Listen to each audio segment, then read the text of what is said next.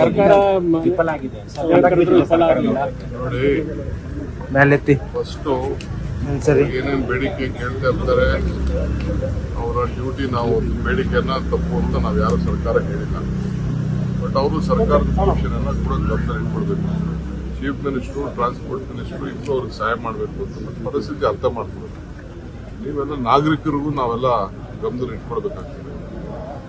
ಆಗಕ್ಕಾಗದೆ ಹೋದನ್ನ ಮಾಡಿ ಅಂತ ಸುಮ್ಮನೆ ದಯವಿಟ್ಟು ನಾನು ಅಪೀಲ್ ಮಾಡ್ತೀನಿ. ನಮ್ಮ ನಾಗರಿಕರು ಇಂಪಾರ್ಟೆಂಟು. ದಯವಿಟ್ಟು ಎಲ್ಲ ಸಹಕಾರ ಕೊಡಬೇಕು.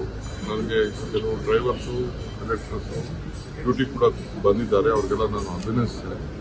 ಸಾರ್ವಜನಿಕರ ಬದುಕು ಬಹಳ ಇಂಪಾರ್ಟೆಂಟು. ನೀವು ಹಠ ಮಾಡೋದ್ರ ಅರ್ಥ ಇಲ್ಲ.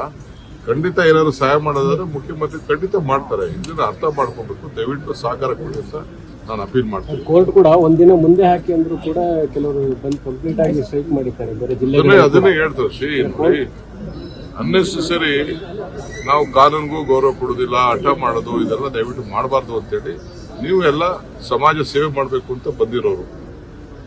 ದಯವಿಟ್ಟು ತಾವು ಸಹಕಾರ ಕೊಡಬೇಕು ಅಂತ ನಮ್ಮ ಎಂಪ್ಲಾಯೀಸ್ಗೆ ರಿಕ್ವೆಸ್ಟ್ ಮಾಡ್ತೀನಿ.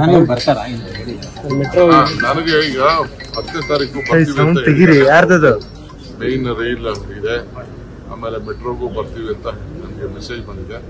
ಅದಕ್ಕೆ ನಾನು ಪ್ರೀ ಇನ್ಸ್ಪೆಕ್ಷನ್ಗೆ ಹೋಗ್ತಾ ಇದ್ದೀನಿ.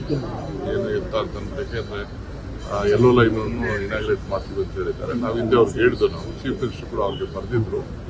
ಸೊ ನಾವು ಪಾರ್ಟಿಸಿಪೇಟ್ ಮಾಡಬೇಕಾಗ್ತದೆ. ನಮ್ಮ ಮೆಟ್ರೋ ಕೆಲಸ ನಾವು ಮಾಡಬೇಕಾಗ್ತದೆ. ಬೇರೆ ಬೇರೆ ಪ್ರೋಗ್ರಾಮ್ನ ಅಫಿಷಿಯಲ್ ಆಗಿ ಅವರಿಂದ ನಮಗೆ ತಿಳಿಸಿಲ್ಲ.